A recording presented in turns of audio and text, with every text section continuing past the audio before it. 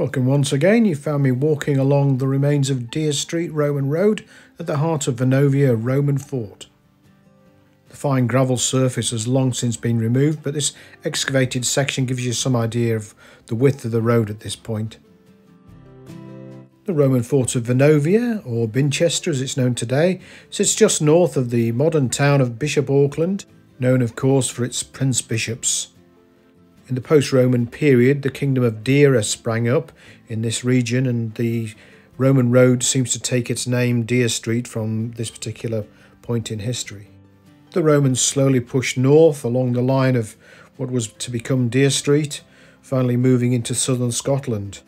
By AD 120, Hadrian's Wall was being built, and of course that was abandoned briefly when the Antonine Wall was built in the mid-2nd century.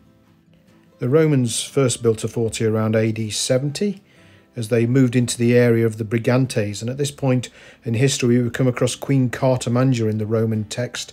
She was being usurped, and the Romans used this as a pretext to step in and take over the region. After the Roman writers talk about this, we've got no idea what happened to Cartimandra. Maybe she got a large villa in Italy to retire to.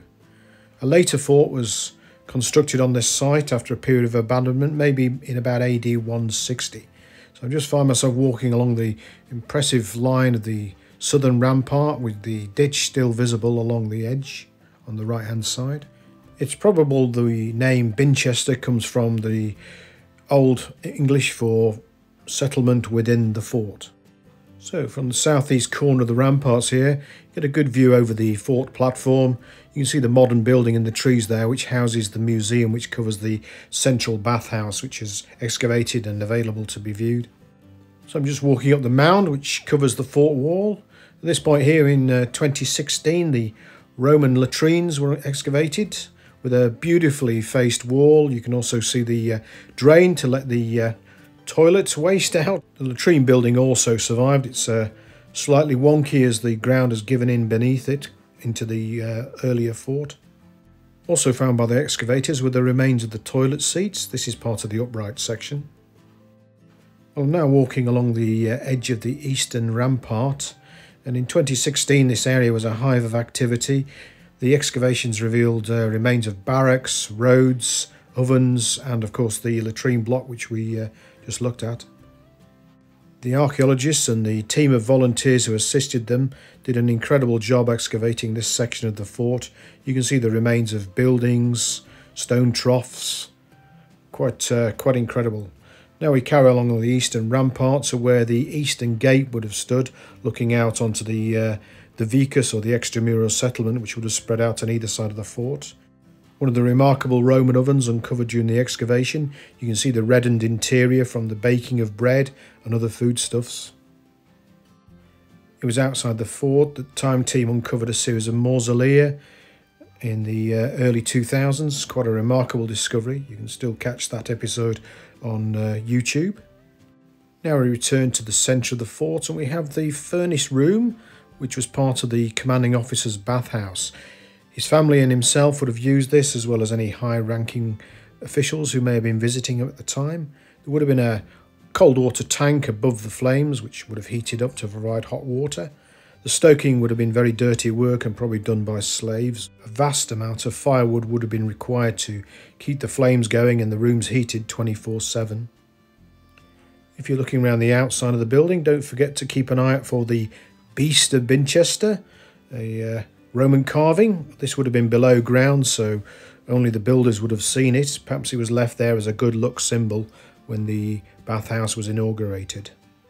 So now we enter the interior of the fort, and it was in this place in 1815 that a horse and cart crossing the field fell in to reveal the bathhouse.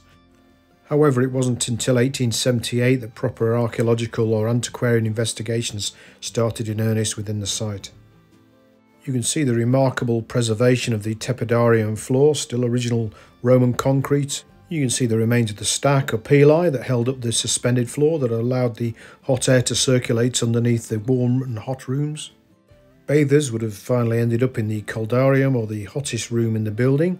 There were 2 hot plunges as well as the steam room itself, and then the bather would have carried on through and ended up in the cold plunges at the end of their stay in the bathhouse. The Roman bathhouse survives to quite a height, and on top of this is a new museum building. The plastered and painted walls gives you a real idea of what the original bathhouse would have looked like when it was standing in the Roman period. After the fall of the Roman Empire, a body was buried in the floors of the debris of the bathhouse. She was aged about 40, and carbon dating has put the burial at around 550 AD. The bathhouse now has only one resident still waiting patiently for the heating to be turned back on. You can see the hollow bricks around the edge of the wall, and that allowed hot air to run from under the heated floor and up the sides through the walls and out through vents at the top, giving a full 360 heating experience. The regimental bathhouse for the common soldiers and probably citizens of the vicus themselves was built along Deer Street to the south of the fort. Slowly over time, the bathhouse sank lower and lower as the road outside was resurfaced, to the point where the bathhouse was then finally filled into the roof level and new buildings built over the top. This ensured the bathhouse itself was beautifully preserved, with its plaster still on the walls, its plunge baths still visible. The bathhouse itself underwent many modifications over the years that it was used. The windows facing onto Deer Street, as they sank lower due to the resurfacing, were blocked off. New stairs were inserted into sections of the building. Just remarkable when you look around the remains, the fact that you can still see the plaster on the walls and even still walk between the rooms. A temporary roof was put over the building after its excavation. This has now been removed, and a new structure should be in place for 2023, so people will be able to visit and wander along a boardwalk along the very edge and look down into these remarkable rooms which have survived so well. You can still see the remains of plaster in this particular plunge pool, even the hole at the bottom to let the water out. Another plunge pool has been readapted into a changing room, and stairs made of reused masonry from another part of the fort have been inserted to lead into it. Deer Street ran in front of the bathhouse, and on either side strip houses have been excavated, providing shops for passing travellers and for the troops inside the fort. A settlement sprang up inside the fort, but slowly stone was robbed away for other buildings, like the beautiful Escombe Church across the river, made entirely of Roman stone. Its archway over the chancel is a Roman arch taken from the bathhouse.